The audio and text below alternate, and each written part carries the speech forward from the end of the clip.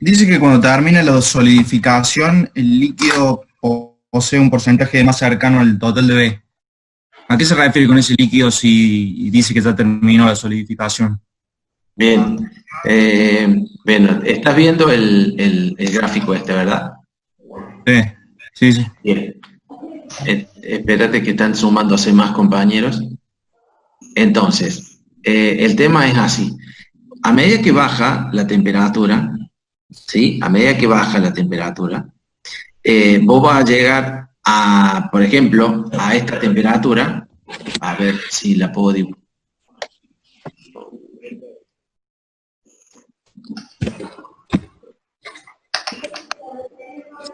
Dame un segundito que se siguen sumando chicos. Entonces, suponte vos, a esta temperatura que yo te voy a marcar, a la temperatura T1 está más o menos claro lo que pasa. Es decir, es una cuestión de que a medida que disminuya la temperatura, acá van a seguir sucediendo cosas entre las fases. ¿Sí?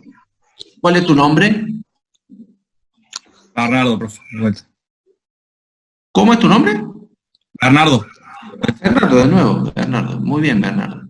Bien, esta temperatura, por ejemplo, a esta temperatura, sigue descendiendo la temperatura. Fíjate vos que esta era la temperatura inicial, la de inicio de solidificación, después teníamos T1, y esta otra sigue descendiendo la temperatura. Pero fíjate vos que los cristales sólidos, ¿no es cierto?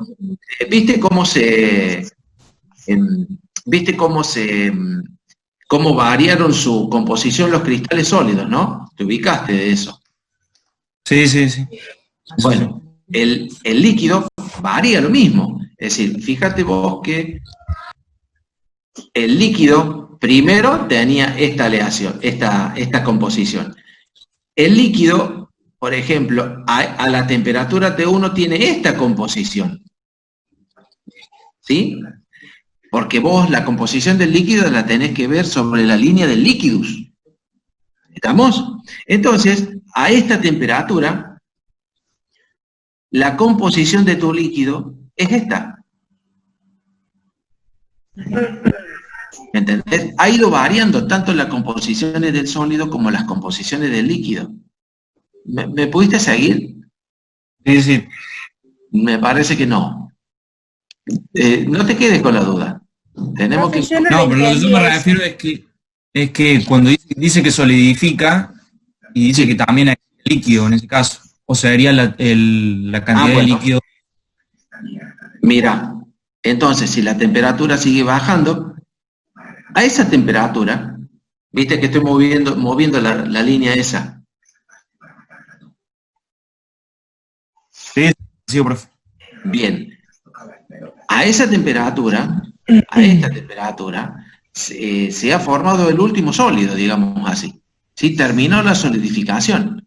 Entonces, pero vos podés ver, a la vez, ¿no es cierto?, la composición que tenía el último líquido que solidificó, el que estaba entre las dendritas. Lo último del líquido que solidificó tenía esa composición. ¿Me entendés? Ah, listo, perfecto. El último líquido, listo. El último líquido. Entonces, tu primer líquido tenía esta composición, ¿sí? La de la aleación.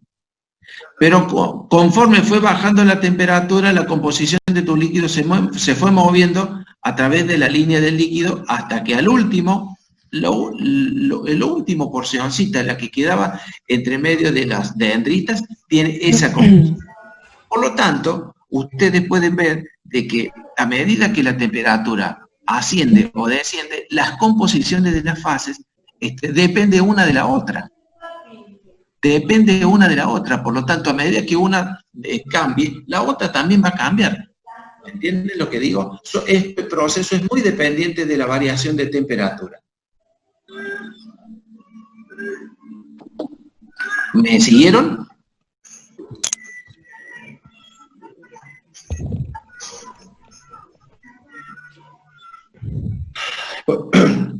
Bueno, chicos, ¿estamos ahí o no? Sí, profe. Sí, profe. Bien, entonces contesten, que no lo puedo ver. No sé dónde andan. Bien, si ustedes han entendido eso, podemos pasar al otro diagrama, ¿sí? Al diagrama de insolubilidad total en el estado sólido. Es decir, ¿se acuerdan que yo les decía en el diagrama anterior? Era un caso extremo en donde un elemento como A podía disolver cualquier cantidad de B y B podía disolver cualquier cantidad de A. Esa era habíamos arrancado diciendo eso. Ahora vamos a arrancar diciendo que en el estado sólido, tanto B como A cristalizan o solidifican con su propio arreglo. Es decir, cuando solidifican no se unen para nada. ¿Estamos? Con eso vamos a empezar este otro, que es otro caso extremo. La insolubilidad total en el estado sólido. ¿Me siguieron? Sí, profe. Perfecto. Entonces, vamos a tener un diagrama como el de antes, es decir, en donde en el eje de las X vamos a tener las composiciones y en el eje de las Y vamos a tener las temperaturas y además la temperatura de fusión de los elementos puros. Bien, entonces vamos a tener una línea de líquidos que es la A, E, B, ¿sí? Y una línea de sólidos que es la que ustedes pueden seguir, es la A, T, E, bueno, la línea de sólidos sería toda esta que yo les marco, de la A hasta la TE, de ahí hasta el otro extremo, pasando por el eutéctico, y de ahí hasta la temperatura TB. Esa sería, ¿no es cierto?, la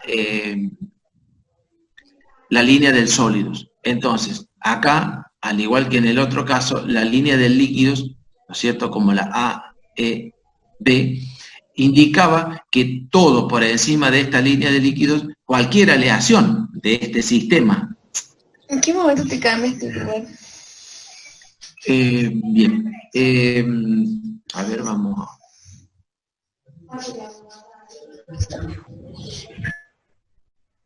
Bien. Lo que les decía era que por encima de la línea de líquidos, ¿sí?